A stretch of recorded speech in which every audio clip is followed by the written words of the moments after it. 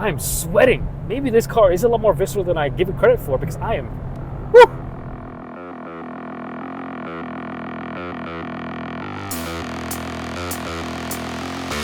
The shift to 2-liter turbo was a big departure from the VR6. That sounded so good. More mechanical grip, more weight, more tech. It's not a boy racer car. They don't buy VW Golfs, at least not new. This Golf R is too good for that too. 320 horsepower, all-wheel drive, and more playfulness. It was the grown-up athlete in the room, and this one is very good. And bonus for us Malaysians, we get to buy it at locally assembled prices. Why VW Malaysia chose this car out of all the others to CKD, I have no idea. Doesn't mean it's cheap though, 333,000 ringgit. But look at it this way, okay? It is 177,000 ringgit, or 42% less than the Mercedes-AMG A45S. But it is only 10% or maybe 15% less fast, less super quick point to point. Yeah, that is a very good car guy maths right there. I agree. Wunderbar. Anyway, if you agree with that logic as well, let us know in the comments. Like, subscribe. I'm Jin, this is Carlist, and this is the Mark 8 VW Golf R. Back as a kid, in my candy, junk-fueled head cannon, the Audi TT with a big VR6 engine was the coolest thing ever, probably because my dad idolized the VW Colorado VR6, and they put the same 3.2-liter unit and DSG from the full-fat TT into the Mark IV Golf R32, which they then carried over to the much better Mark V Golf R32. Generally, every version of the Mark V Golf was better than the Mark IV. The engine, which we'll get to shortly, got more boring but also more powerful. They made the handling sharper and sharper thanks to adaptive dampers and good old-fashioned testing and tuning. But I have to address the FL5 Type R. Usually I wouldn't compare this car to the Type R, but Honda Malaysia recently gave it a gigantic discount of 80,000 ringgit, bringing the price down from 400k to 320k. So this is technically 13,000 ringgit more expensive now than the Type R. Ooh, that's gonna be so tempting. The Type R is straight up Batman, except it doesn't come in black. It's serious, purposeful, robust, precise, and if you catch it off guard, it'll let you carry passengers on a full bootload. By the way, do you want us to review the Type R? Let us know in the comments. The Golf R is like Omni-Man, you know, wearing a pressed shirt, immaculate mustache, and pretending successfully that he's sort of normal. But dig a bit deeper, whoa. But if you're one of those who kind of come at me and say, wait, I can, with my 160k, a lot less money, buy an MG4 X-Power for 160k, that means I can accelerate from 0 to 100 in 3.8 seconds. That means all these mega Honda hatches are going to be extinct soon. They are worthless. They have no place in the market. Bro, you are missing the point. VW is using the EA888. Napoli reached legendary Hall of Fame levels as one of the most prolific 2-liter inline 4-cylinders of all time. Evo 4. I kind of think of it as the thinking man's A45S with less craziness, because this at 320 PS and 400 Newton meters is about 100 PS and 100 Newton meters less than what you get in the AMG A45S. But you still have all-wheel drive with 4Motion all-wheel drive and active torque vectoring, so it can send power to the back and the front and between each axles, and in fact you can send power, all available torque, to the rear axle. You can't do that really that well in the AMG, and it's way more playful because of it. This is the best looking Golf R, period. It sits low to the ground, 20 millimeters lower than the standard Golf. This light bar works very well to connect the very strong belt line of this car. The new design language is sophisticated and quietly aggressive. I like that. The roof line is much more swooping, and the profile is really made better by the extended roof spoiler. I like that too. Lapis blue paint, gotta have that. If you're boring, you can have pure white. If you want stealth, there's deep black. 19-inch Estoril alloy wheels look awesome, and are even more awesome to say, have you met my Golf R with the 19-inch Estoril wheels? It's a great conversation starter, according to science. Hi, have you met Ted? Then you have this, okay? A full titanium exhaust system from Akrapovic. This alone cost 20,000 ringgit. It seems like a bargain, to be honest, for that price to get this level of exhaust system. And none of it is fake. Actually, this whole exhaust system is way more legit, to be honest, than even the ones in the AMG A45 and the RS3, because the RS3 and AMG, what they do is that they have the finishers nice and glossy and aesthetic. Then you peek in between over there, the actual pipes aren't even connected. This is totally real and legit. I'm being very careful right now not to scratch it up. But yeah, anyway, Boom, right there. Better than AMG, better than Audi Sport, but then again, you do have the FL5 Type R and its tailpipes are very much legit as well. Anyway, I know this rear diffuser element isn't to anyone's liking, but you know what? I know it's fake. I know it doesn't do anything really to the airflow, and I'm okay with that. I've worked through my issues. I've been to therapy, and it all lines up nicely with the rear end, which looks very aggressive, and you have this nice centered R logo, Volkswagen to open up the boot, like this, to reveal a 341-liter boot space. That figure is good for this size of car. It's a hatchback, okay, because they measure it up until the parcel shelf. We can take this off, Matt Watson style, and actually fit a lot more things into it. Of course, you can pull out the seats as well to reveal more space, and there's even a through hatch over here to put really long items.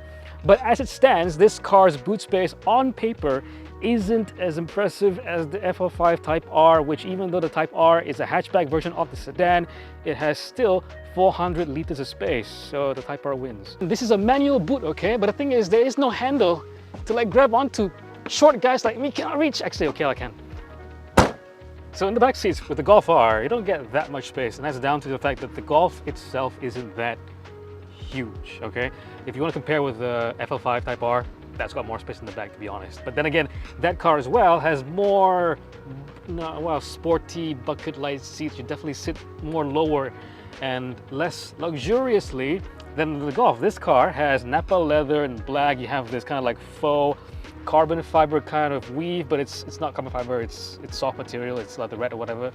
And you do get all these blue accents, like over here on this very squishy headrest, very squishy in fact, kind of like BYD leatherette, you know, China car, squishy leather. Decently sized armrest, you got two cup holders that can fit one of these things, just, well, you can fit one of them.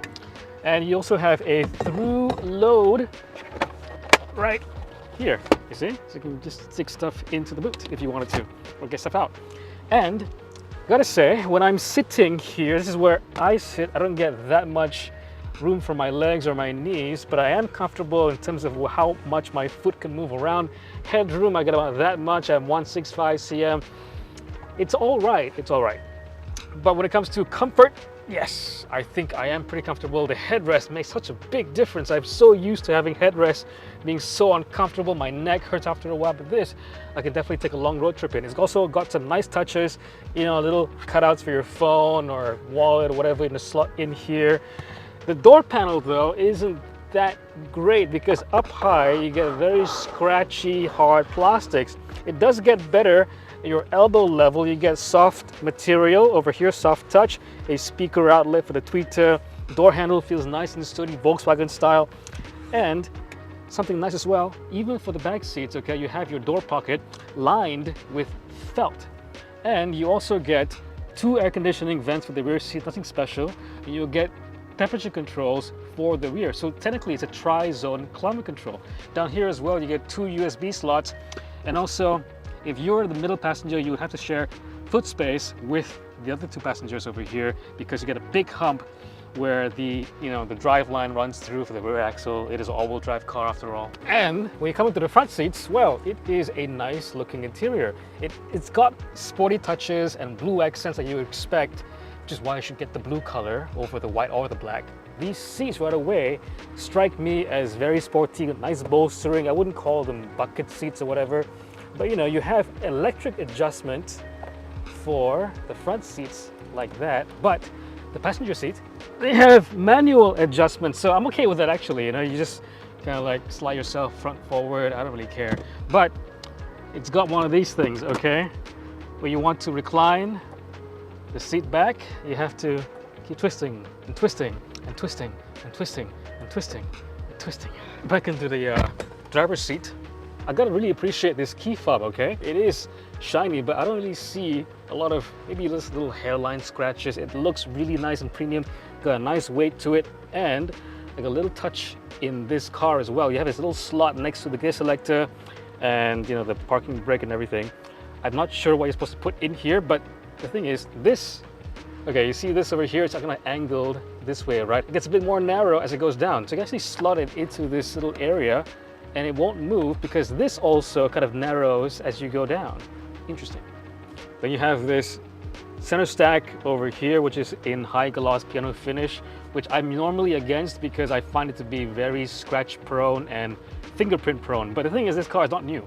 This test car has about 7,888 kilometers on the odometer, and this looks like it's brand new. In fact, it's held up pretty well. I'm not sure if they have a coating on this or whatever, but it's held up pretty well.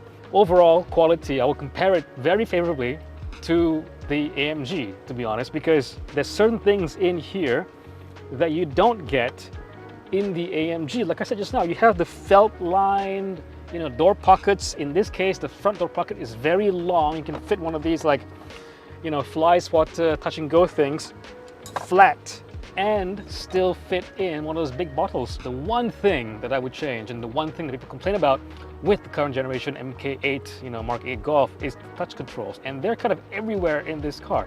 It's on right here, just below the infotainment screen, and then you get to the actual button overload, which is the steering wheel. You have things for cruise control, you have things for infotainment, you have things for the driver's display. Example, okay, I want to up the volume a little bit. I swipe my hand over. I have to audibly gauge how much volume I'm adding to the system based on what I hear.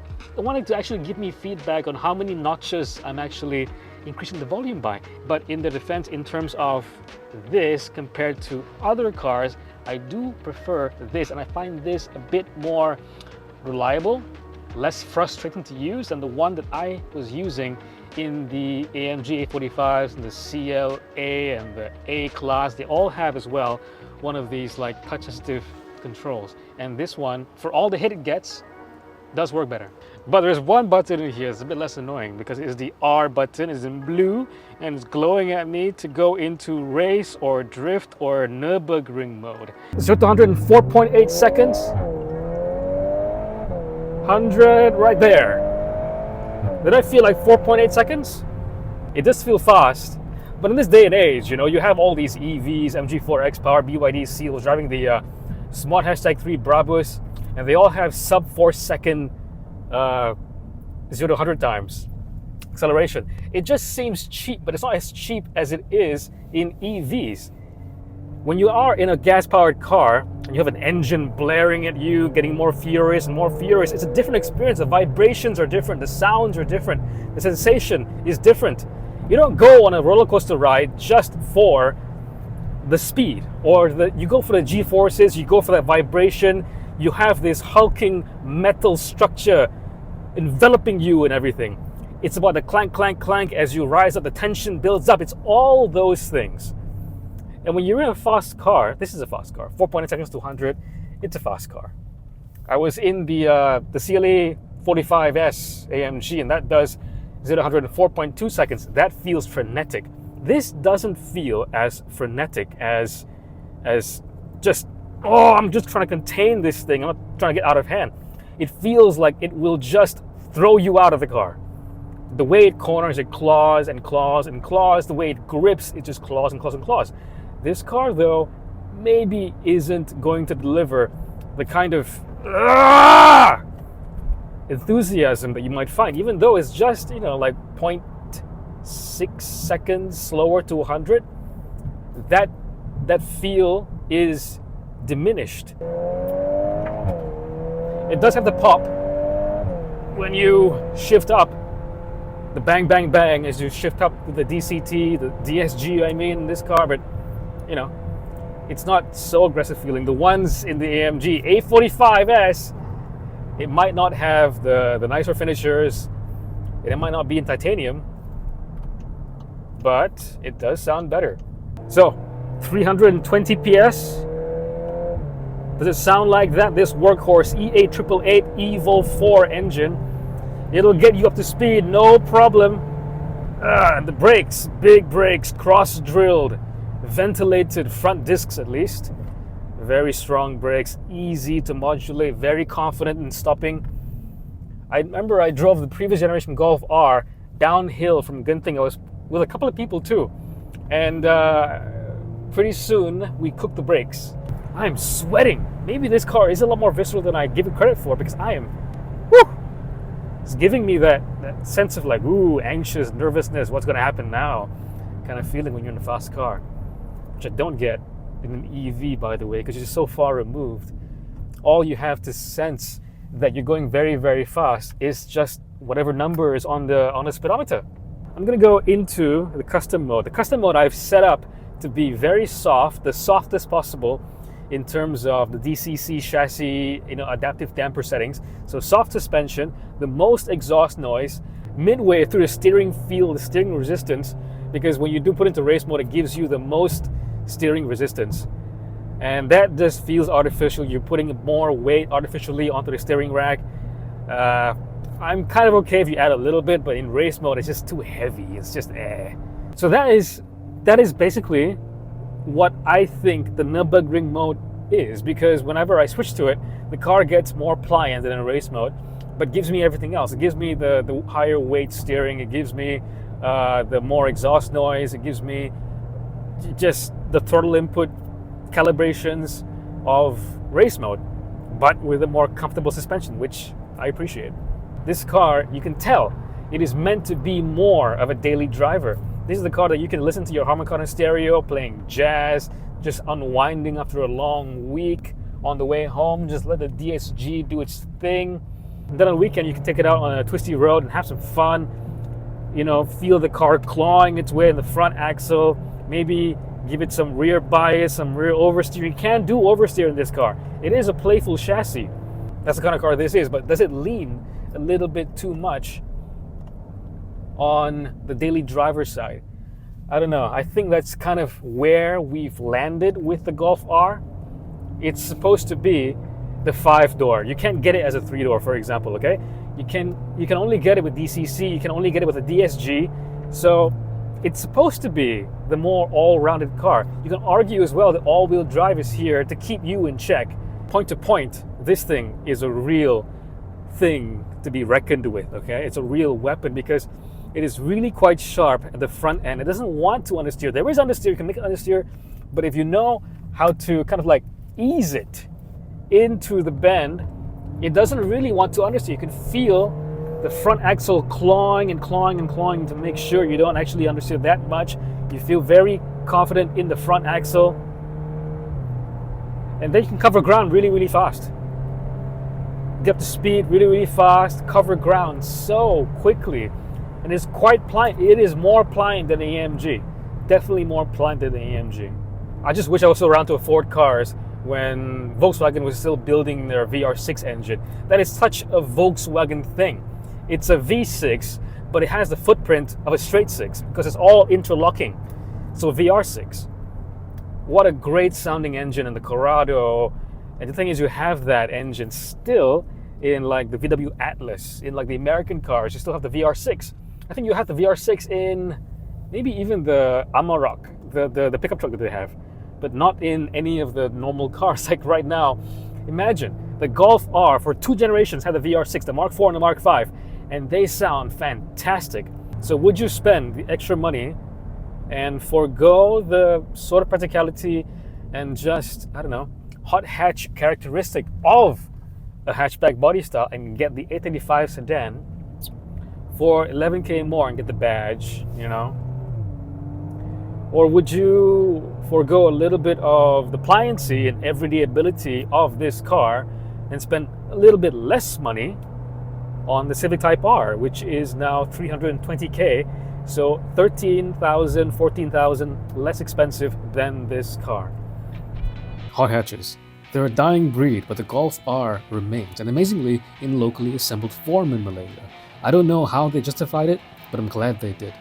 And in terms of accessible performance, this is mega impressive. It is genuinely playful but precise when you need it to be. The way I would frame it is like this. This car is a lot like the AMG A45. It's German, 2-liter engine, heavily turbocharged, all-wheel drive, and built very well. The thing is, it doesn't have the same baggage. It doesn't have the same boy racer persona. It's a lot more manageable, a lot less of a handful, better ride as well. Me personally, would I get this over an A45? Yes. Would I get this over a CLA45? No, that's a bit special. Would I get this over a Civic Type R? No. Well, the VW is a better daily and is better spec'd, but the Honda as an object is just the winner.